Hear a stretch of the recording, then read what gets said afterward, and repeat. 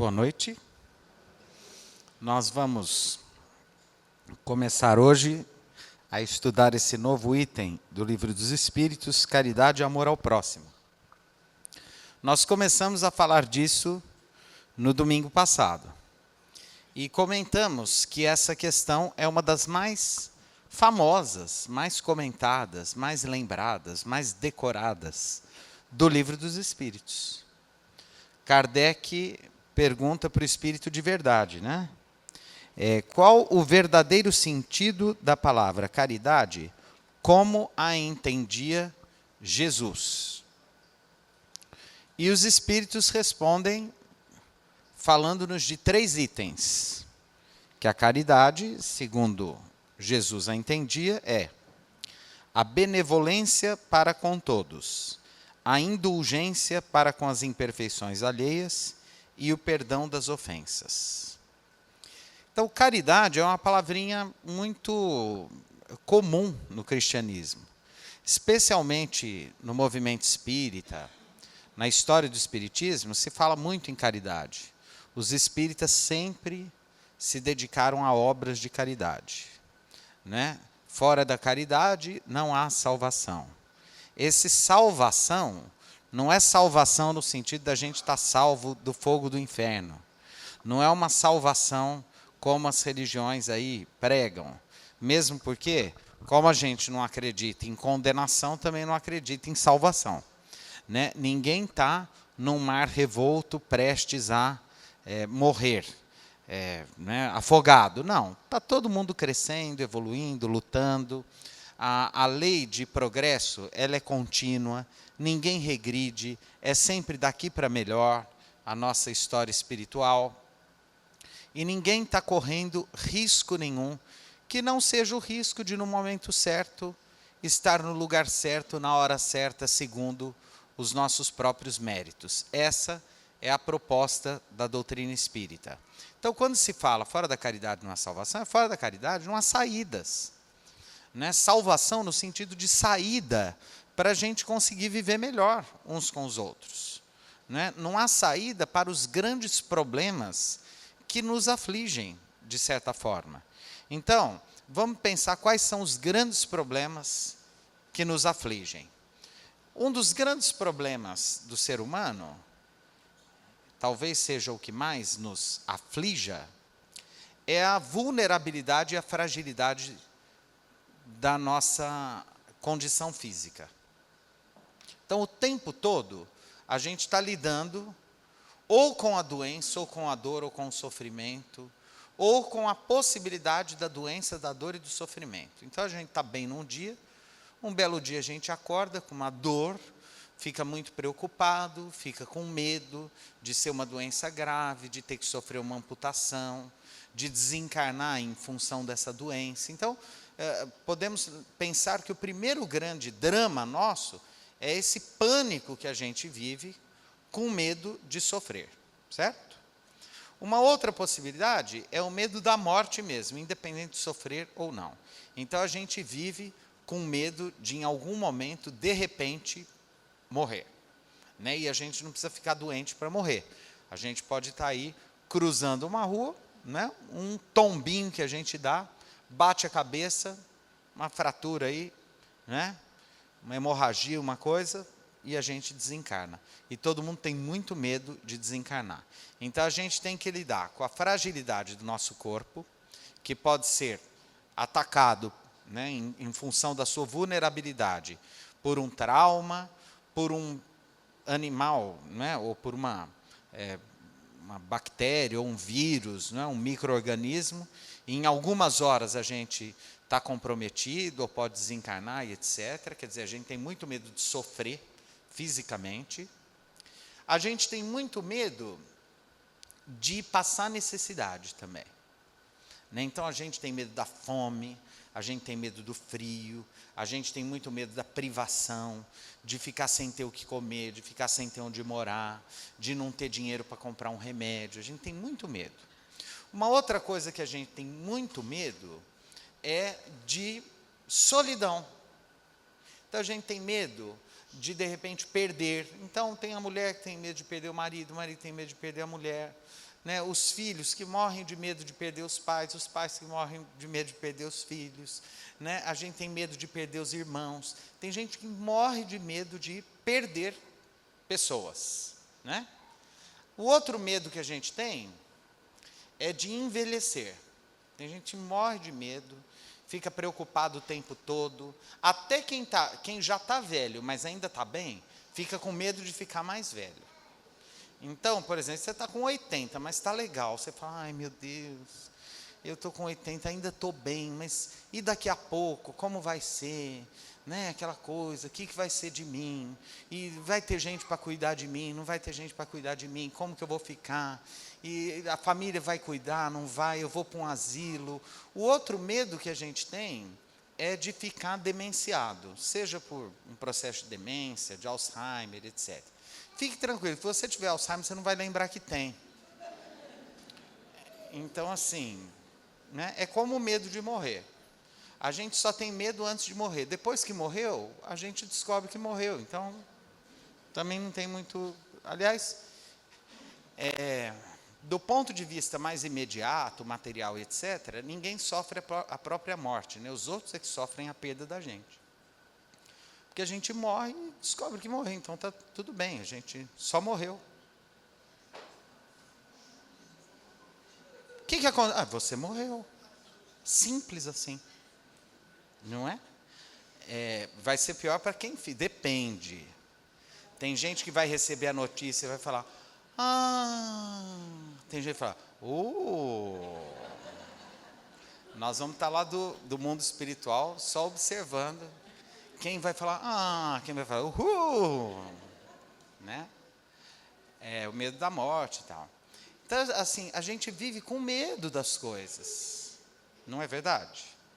Então, esses são os principais medos que nós temos. O medo da doença, o medo da velhice, o medo da morte, o medo da privação. Como que a gente se salva de todos esses medos? Vivenciando a caridade. Né? Então, se a gente tem certeza que vive num mundo, se a gente tivesse a certeza que estaria vivendo num mundo dominado pela caridade, a gente não teria esses medos. Então, por exemplo, o medo da fome ninguém teria, porque todo mundo teria certeza que todo mundo divide o pão que tem à mesa com todo mundo e, portanto, ninguém passaria fome. Isso é o produto da caridade, né? Nós não teríamos medo da solidão, porque nós cuidaríamos uns dos outros, independente dos laços consanguíneos. Independente de sermos irmãos, pais, filhos, nós cuidaríamos uns dos outros. Nós realmente estaríamos disponíveis para cuidar uns dos outros. Se a gente ficasse doente, a gente teria certeza, não é, que seria atendido em qualquer lugar onde existe um posto médico com todo carinho, com toda diligência, com compaixão, com humanidade, não é? E a gente não teria medo. Né? Até morrer seria mais simples. Nós poderíamos ter a convicção, a certeza, ou a segurança de que morreríamos em paz, sem dor, com muita assistência, rodeado de pessoas queridas. Então, assim, um mundo dominado pela caridade seria um mundo sem medo. Então, por que fora da caridade não há salvação? Porque fora da caridade não há saídas. E o curioso é que esse conceito de caridade que os espíritos dão para Allan Kardec foge muito daquele senso comum, daquele clichêzinho que a gente acha que caridade é só cesta básica, sopa para os pobres, isso aqui. E não é só isso, é também isso, mas não é só isso. Inclusive essa, teoricamente, até é mais simples, principalmente para quem tem bastante para dividir. E quem tem um certo desapego. Né? Então, é mais fácil, por exemplo, a gente comprar, sei lá, um talão de pizza para ajudar uma creche, uma coisa, não é? Do que ir lá ser voluntário. É muito mais simples. Né? Principalmente se eu tenho. E comprar um talão de pizza não me faz falta, É muito fácil isso, é muito simples. Eu vou lá, compro, não vai fazer diferença para mim, eu vou estar ajudando e pronto. Agora, o problema é, eu acho muito interessante, um outro, e eu sei que as pessoas são livres, e isso é legítimo e tem que ser respeitado. Mas é muito comum pessoas assim, ó, quando você tiver alguma coisa para vender, tal, me procure. Eu só não quero fazer parte lá, viu? Da diretoria, isso eu não quero. Por trás, o discurso é assim, ó. Eu sou tão humilde que eu não quero aparecer. Mas é mentira, é assim, eu não quero compromisso. Se a bomba estourar, eu não quero ter nada a ver com isso. Agora, se todo mundo fizer assim, quem que vai assinar? Por exemplo, isso aqui é um Centro Espírita Allan Kardec. Precisa ter um presidente, um vice-presidente, um secretário, um tesoureiro. E a gente fica caçando, porque ninguém quer ter o compromisso, a responsabilidade. Só que para isso aqui existir, tem que ter aqueles que assumem esse compromisso. E assim uma creche, assim um orfanato, assim um hospital. Então, a gente é meio malandrinho. A gente tem essa falsa humildade, é tudo malandragem. Não, eu não gosto de aparecer, eu quero ajudar, mas eu não quero aparecer. Não quer compromisso, não quer responsabilidade, não quer se comprometer, não quer perder tempo com isso. Né? É legítimo? É bem legítimo, porque as pessoas não são obrigadas a nada, as pessoas têm que ter liberdade para tudo. Mas é uma reflexão que a gente tem que ter. Se não tiver gente que queira participar, simplesmente as coisas fecham. A creche fecha, o hospital fecha, o asilo fecha, o centro espírita fecha, o núcleo assistencial fecha, porque se não tiver quem queira assumir o compromisso, aceite, simplesmente as coisas fecham, porque não vai ter quem dirija as coisas. Né? Mas isso ainda é mais simples. É curioso, porque nessa resposta, em momento nenhum, a gente tem matar a fome das pessoas. Vamos ler de novo? Qual o verdadeiro sentido da palavra caridade e como a entendia Jesus? Não tem assim, ó, servir sopa, distribuir cesta básica, casaquinho. Não tem. Não se fala disso aqui. A resposta é benevolência para com todos. E se é com todos, não é só com pobre, é com rico também. Porque espírita tem preconceito com rico. Espírita só respeita rico quando o rico faz doação. A gente gosta de pobre. Então, assim, a pessoa é pobre, a gente já tem uma simpatia cristã por ela. A pessoa é rica, a gente já...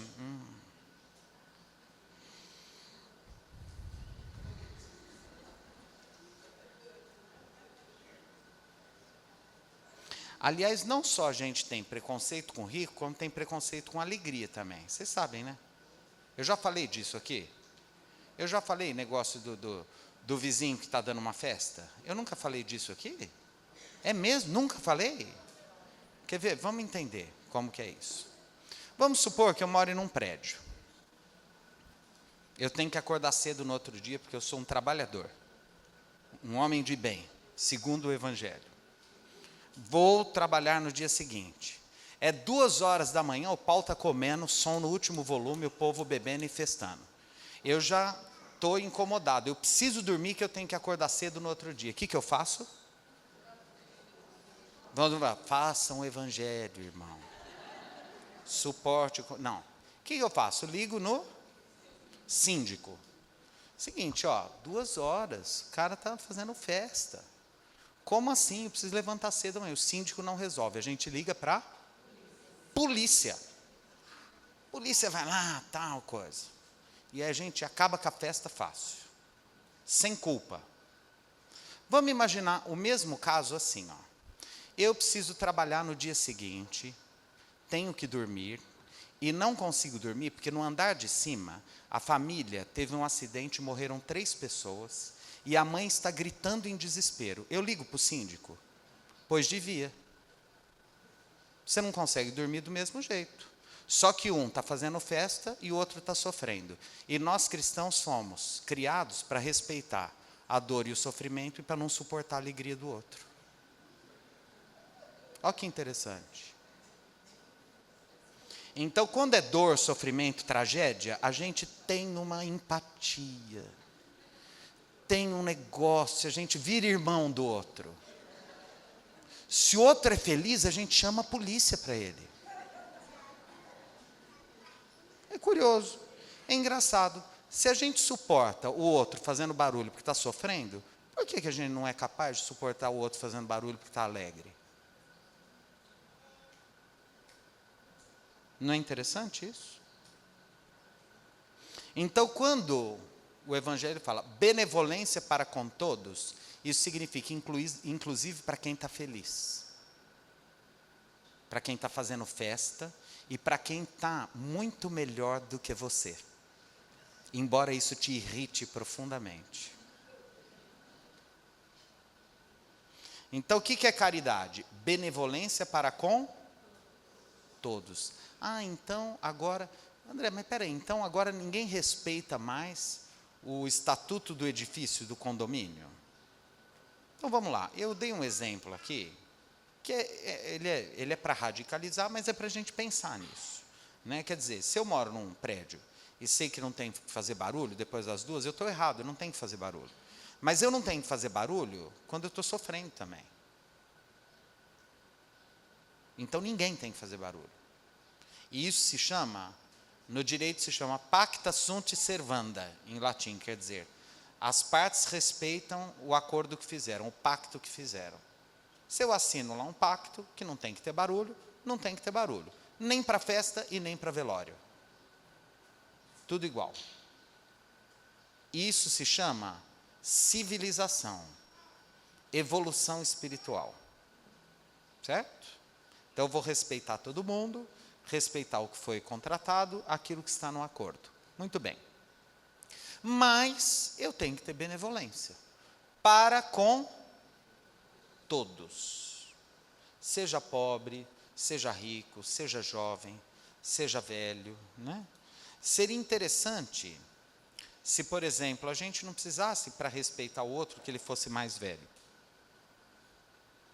Que a gente não precisasse de uma idade maior para respeitar o outro. A gente tem que respeitar o outro porque tem que respeitar o outro. Independente se ele tem 99 anos ou 19 anos. As pessoas deveriam se respeitar. Porque isso é caridade. Então, quando se fala aqui benevolência, vamos estudar essa palavrinha. Bene quer dizer de bem, de bom. Volência vem de volição, do latim, quer dizer vontade. Algo que é volitivo é algo que está relacionado com a vontade.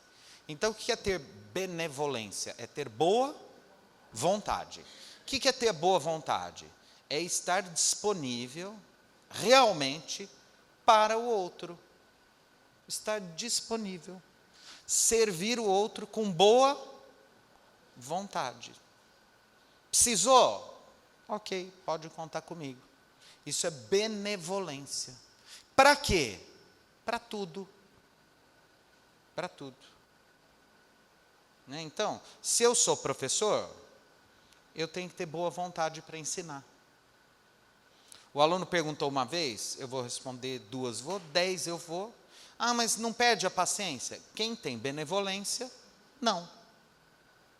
Ah, eu perdi a paciência. Então você não perdeu, porque paciência eu tenho ou não tenho. E quem tem não perde. Então, o que é o sujeito que tem paciência? É aquele que nunca perde. Não tem limite, é benevolente. Eu sou médico, eu vou atender. Né? Tem médicos que você entra no consultório, ele não te olha. Quanto mais te dá a mão e o medo de pegar um negócio. Esse cara chegou doente, eu vou dar a mão para ele, estou ferrado aqui. E às vezes não dá, sabe por quê? Porque de verdade ele acha que ele é melhor que você. Ok? Ele detém o conhecimento e você não. E portanto você está na mão dele. E ele olha para você e fala assim, eu sei, você não sabe. Se você não fizer o que eu faço, você vai morrer. É um poder gigantesco. Né? E pense, e eu estou falando isso porque ontem eu precisei de um atendimento médico, eu fui numa emergência, E simplesmente ele não olhou para mim, ele não levantou da cadeira e ele não me deu a mão. Ele estava escrevendo alguma coisa, como ele estava, ele ficou, olhou para mim e ele me deu uma receita sem me examinar. Isso é porque a emergência estava vazia. E ele tinha um livrinho de palavra cruzada do lado, cheio de benevolência para com o próximo. Um sem vergonha. Ok? Então, assim, isso é falta de benevolência.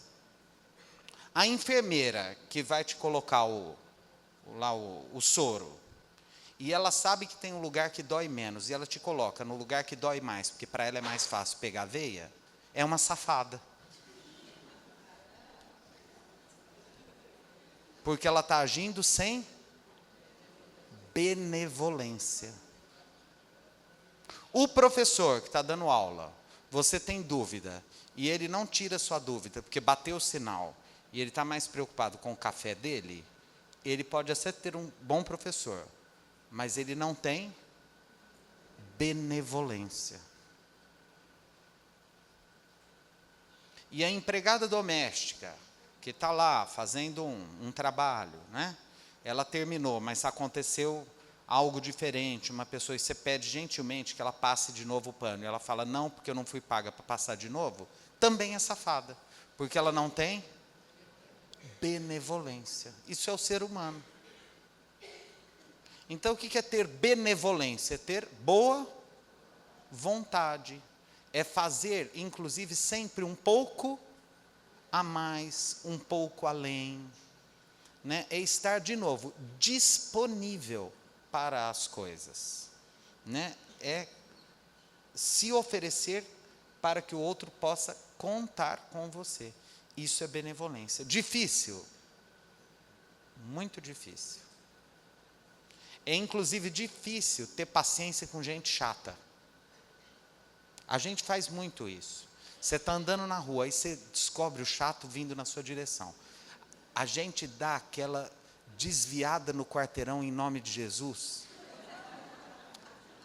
com pressa, porque esse chato vai me pegar e tal. E às vezes ele quer conversar, tal, e a gente não tem benevolência. Aquela pessoa que convive com a gente, que só se queixa, tal, a gente, né, conversa, a pessoa só tem coisa ruim para falar, tal.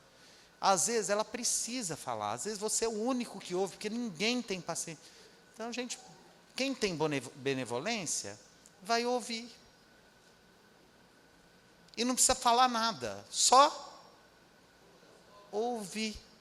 Isso já é um gesto de boa vontade? Ouvir? Ouve, a pessoa fica feliz porque você ouviu. Você não precisa falar para ela que está difícil. Ouvir. Ouve. E depois, se der, né, dá aquele retorno assim, é difícil mesmo. Mas tudo passa, tal, papapá. Porque quem está sofrendo, em geral, quer legitimar a própria dor. Né? Se a pessoa fala, eu estou com uma unha encravada aqui. Se você fala, isso não é nada, para de reclamar. A pessoa, isso é desamor. É falta de caridade. A pessoa assim, nossa, eu estou com uma unha encravada, está sofrendo. Você fala, é duro mesmo, eu já tive. O bom é que passa depois que desencrava. Mas enquanto não passa, a pessoa sente que você respeita a dor dela. Isso é benevolência. Então, o que é ter benevolência? É essa boa vontade para com todos. Vocês já viram como criança chora sentido as coisas? Ele foi comprar o picolé, não tinha o sabor dele, ele começa a chorar.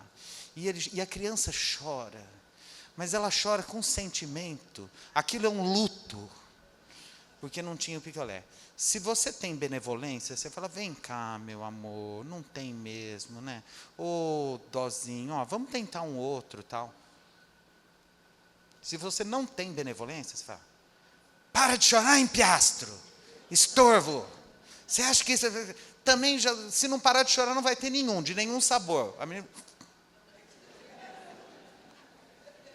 A criança já está entendendo que a vida não é fácil. Que é melhor ela não chorar muito não, senão ela vai se ferrar na vida. Porque se a mãe está tratando daquele jeito, imagine o mundo. Como vai ser? Então assim, o que é um mundo com benevolência? Um mundo gostoso. A gente é gostoso um com o outro, é leve, é benevolente, tem paciência, tem tolerância, né, suporta, vai que vai, toca a vida mais, né, todo mundo de mão dada, todo mundo se ajudando, todo mundo disponível e etc e tal, né? E aí tudo fica melhor, né? Eu estava falando que ontem eu fui na emergência, né? Aí eu saí de lá e fui numa outra emergência. É verdade, eu não estava bem. E aí, mas não é nada grave, fiquem tranquilos. Quer dizer, não sei também. Aí eu fui numa outra emergência. E aí tinha um outro médico que era um fofo. Ele só faltou me pegar no colo e ninar. E quando terminou a consulta, eu agradeci por ele. Ele falou, olha, eu queria agradecer, porque o senhor foi de uma gentileza tão grande. Ele falou, imagina, o que é isso? Não fale isso. Eu falei, é verdade. Eu queria agradecer para o senhor. O senhor não sabe o quanto isso foi importante.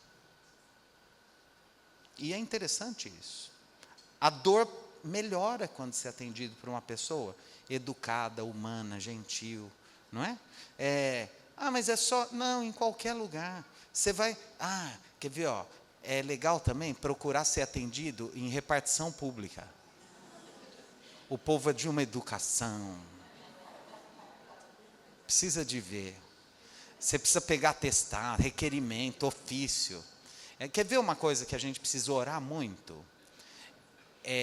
Que é um motivo grande de obsessão para a gente? Atendimento no telemarketing. Eu suspeito que um grande número de suicídios ocorra durante o atendimento do telemarketing. Porque precisa ter uma tolerância. Olha, eu acho que nem incorporando Cristo você não consegue perdoar o desgraçado que te trata mal. Então, assim,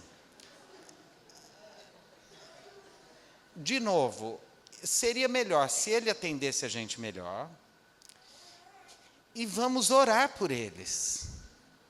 Ter benevolência para com o outro, né? Por quê? Porque provavelmente ele ainda não consegue ter benevolência, então a gente tem com ele. É isso, a gente vai tentando ter benevolência. Então hoje, o nosso tema da noite foi o primeiro item da resposta. Benevolência para com todos. Benevolência, boa vontade para com todos. Né? A gente podendo ter isso, a vida fica muito melhor. E se isso é realizado em rede, todo mundo tendo boa vontade para com todo mundo, a vida fica deliciosa, fica tudo muito bom, tudo mais leve, tudo muito melhor, dá vontade até de não desencarnar tão cedo, para não sair de uma vida que é muito boa, com pessoas cheias de boa vontade uns para com os outros.